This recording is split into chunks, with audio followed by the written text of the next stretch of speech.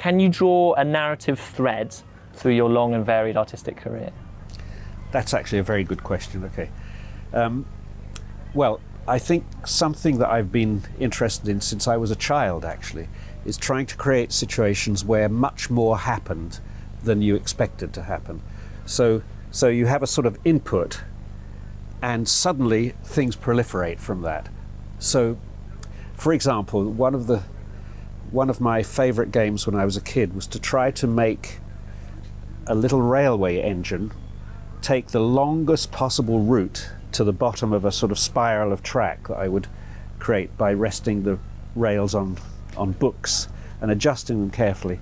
And my idea was to get the longest possible journey from top to bottom that I could, and I would adjust with playing cards and things just to slow it down a little bit more, just so it got over that hump. So that was an idea to sort of, what's the most I can get out of this simple action of putting a little railway carriage on top of a spiral of downward spiral of rails. And then as time went on, that started to develop into a sort of an art practice, I suppose, where I remember when I was 16, I was in hospital and somebody brought me in some paints and some card to paint on. And I was doing sort of abstract expressionist paintings, but then going through the pictures and cutting out tiny little pieces like that. So out of one big splashy picture, I would get about 100 tiny, very exquisite pictures, which I sold to the doctors and nurses, actually. The first work I ever sold was in hospital with appendicitis. How much did they pay? Oh, lots of money, like 2 and 6p. So then when I started making music, what interested me really from the very beginning was making kind of musical machines of some kind, musical systems, where for quite a small input there would be a lot of music coming out. I basically wanted to make infinite music machines. So an example of one of those, the most simple example you can imagine, is a wind chime. You know, a wind chime is a little machine that you build, has maybe 5 pipes, and the wind activates it, and of course it activates it differently all the time. So there's a constantly changing, infinitely long piece of music from that. So I never made wind chimes, but I was inspired by the idea of making work in that way. So essentially, I think, as I want to make things that surprised me, that I didn't visualize in advance. You know, usually the idea of an artist is that you have the whole thing in your head, and then somehow you physically realize that. You know, so people imagine that people like Beethoven had symphonies in their head, and then they carefully wrote it all down and kind of organized a way for an orchestra to bring that into life. That's never been an interest for me. In fact, I don't believe that it was for Beethoven either, actually. I think that's a wrong impression of how artists work. That sort of idea of the artist as an architect belongs to architecture. Architects do that, I realize, but I don't think musicians generally do. I think that we are much more like gardeners. We're planting seeds, and then how they come up is different every time, you know, and constantly is surprising.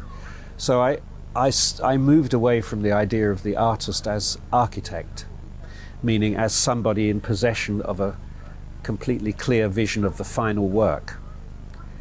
I moved away from that to the artist as gardener, somebody who plants a few seeds and then watches them grow, just as you, the audience, watch them grow. As one of the most influential gardeners of the second half of the 20th century, do you take stock of the people you've influenced? I don't really think about it that much, to be honest.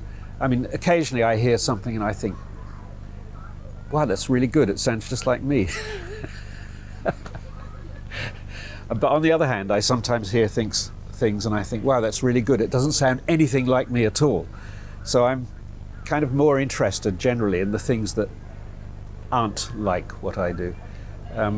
So what simple things haven't you yet taken and made more complicated? What continues to motivate you? Well, there are 2 levels of answer to that question. One is a very practical day-to-day answer, which is that there is constantly new software being invented, which does things that nobody could ever do before. And so it's always been an interest of mine to see what I could do with it that nobody had thought of doing. For instance, my early use of tape recorders was really to do with the fact that the tape recorder turned music from something ephemeral, something that was in the air, to something physical, something on tape. So what can you do now that sound is a physical entity that you can edit and reverse and stretch and do things to? And so every new technology has the possibility of rethinking the medium that it belongs to, of giving you a new way of using that medium, and of expanding the envelope, actually. So that's a sort of a day-to-day interest, because there's so much digital music technology coming out all the time that if I'm ever bored, I can just see what's new and try to keep up with it. But the longer term, I think the interest behind all of that is this fascination I have with how things come into being. And the classical view of how things come into being is that very intelligent things create other things. So, classically, God is at the top, and then he inspires people like Newton and Darwin and Einstein and Shakespeare and so on. And through them, the brilliance of the deity is sort of spread out to the population. And even people who don't believe in God still kind of have that model in their heads, I think. Whereas I, being a Darwinian or a neo-Darwinian, think that the most interesting thing about evolution theory is the possibility that complexity arises out of simplicity, not the other way around necessarily. So I'm always interested in trying that experiment, in seeing how something incredibly beautiful and unexpected can be engendered out of simple beginnings. And I think that that's a very, very important social message as well, because our social constructions are still based on the idea of the pyramid with the Godhead at the top, and all the intelligence up the top, and the sort of idiots at the bottom making use of what comes out of it. But I just don't think that's how things come into being. So what daunts you then? I've been quite daunted lately because I've been reading a lot of recent climate science, so that does make you wonder whether any other question is worth asking. And are you concerned with impact? You're clearly conscious of of social issues. Do you think what you're doing, how you're applying your creativity now, has the best or most sufficient impact? Impact is on me is what motivates me.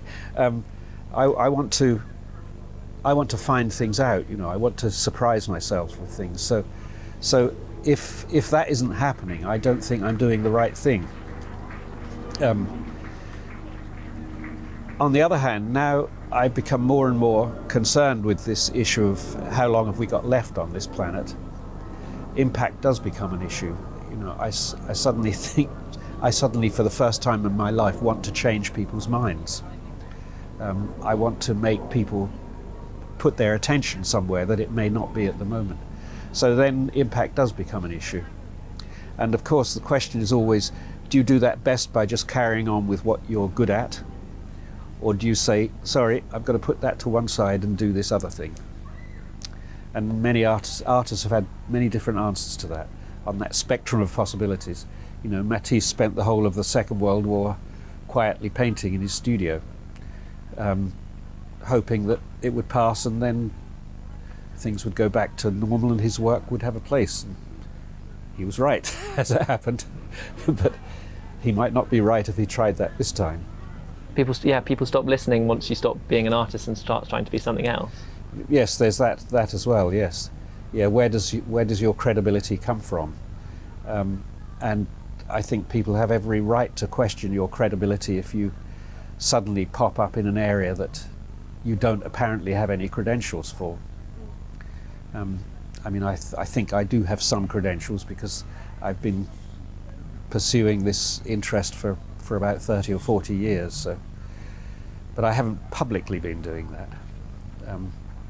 the question of environment and ecology in particular.